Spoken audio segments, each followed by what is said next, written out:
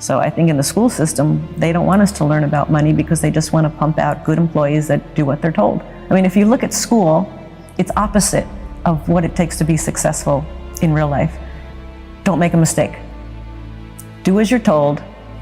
Take tests by yourself. Don't cooperate. Do it by yourself. Do it on your own. And the last thing was, there's only one right answer. No, there's tons of answers to a problem. So you come out of school scared to death of making a mistake. You do everything on your own. You don't cooperate. There's no synergy. There's no brainstorming. And there's only one right answer. Everybody wants to get the right answer. There's no one right answer. So I think people come out of school paralyzed. I think the school system is criminal in that it kills a child's spirit of learning.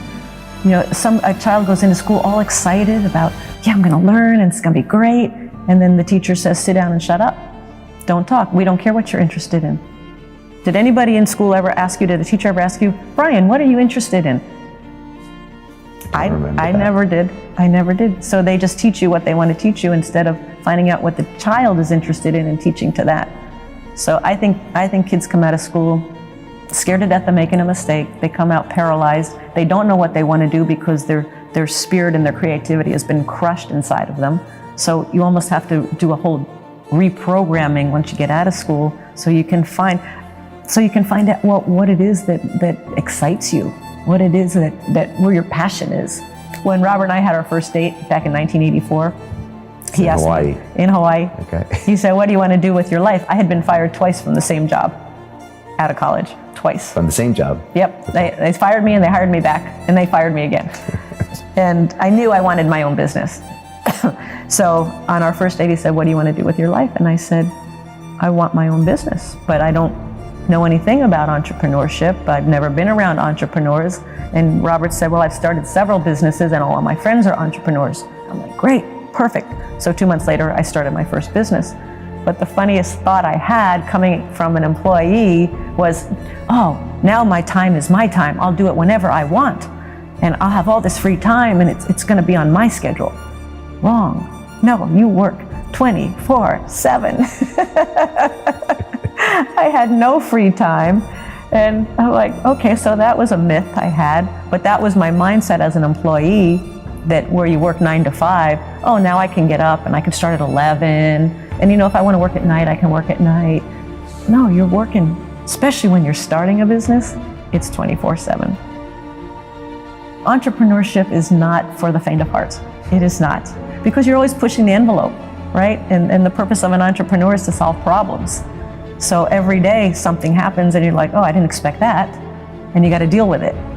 And I also say entrepreneurship is the fast track to personal development. Because every day, right, you're facing something right here. It's like, oh man, and you can't back down from it. You gotta deal with it. They say like 50% of businesses fail. And I think what happens for a lot of first-time business owners, they're coming out of a job. So they're coming out of an employee mindset. And I know this one guy, for example, in Phoenix, Arizona, and he decided he was going to start his own business. And he had been an employee all his life. So what's the first thing he does? He goes and rents a nice office space. Then he buys all the nice furniture. Then he gets a secretary. He hasn't made not $1.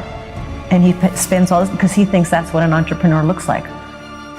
Versus, go make the money first, then go rent your office. If you even need an office, start out of your home. We all started, all the entrepreneurs, successful entrepreneurs I know, all started out of their home.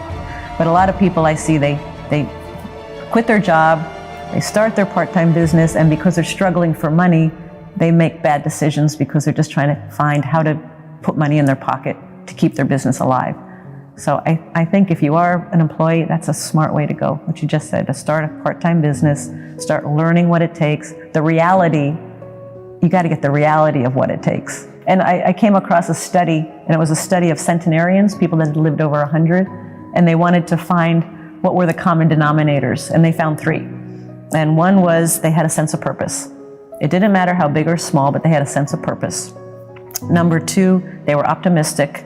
And number 3 was resiliency, how well you come back from a setback. When you hit that wall, do you fall down? Do you get up? Do you go through it? And I'm like, Those seem like the three characteristics of a good entrepreneur to me. Sense of purpose, optimistic, and resilient. Yeah. If you're not resilient and you can't persevere, do not become an entrepreneur. They're so afraid to venture out on their own and not have the security of that paycheck. You know, a lot of times we say if you have a full-time job, keep your full-time job, start a part-time business and work it and work it and work it. Look at what you do in your spare time.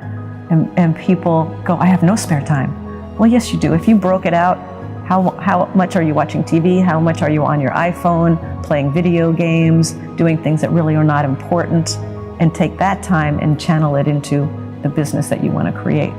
And we just launched a product on finding out what's most meaningful to you. Because once you can discover what's most meaningful, then decisions and life becomes so much easier because there's more joy, there's better communication with relationships.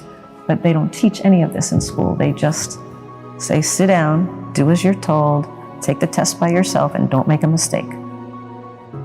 And so I think a lot of people, they don't want to be uncomfortable. They don't want to get out of their comfort zone. And the only way we grow and learn is by stretching ourselves and getting out of our comfort zone, even by a little bit. You know, Emerson said, this is not the exact quote, but something to the effect of, if you're not facing something you fear every day, you don't understand the secret of life.